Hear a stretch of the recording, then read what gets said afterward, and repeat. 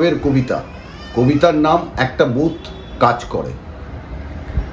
সেদিন সকালে জানলা খুলে এক চিলতে রোদ্দুর দেখে ভাবলাম, এ রোদ্দুর কার দান?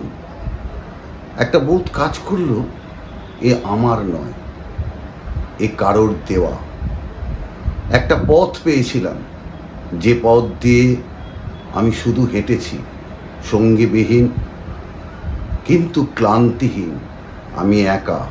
একটা বোধ কাজ করেছিল, এক চলতে রোদ্দুর আর পথ, দুজনকে একসাথে নিয়ে আমি পথে অনেক দূর থেকে দূরে হেঁটে হেঁটে কোনো এক সময় কাউকে সঙ্গী করতে চেয়েছিলাম।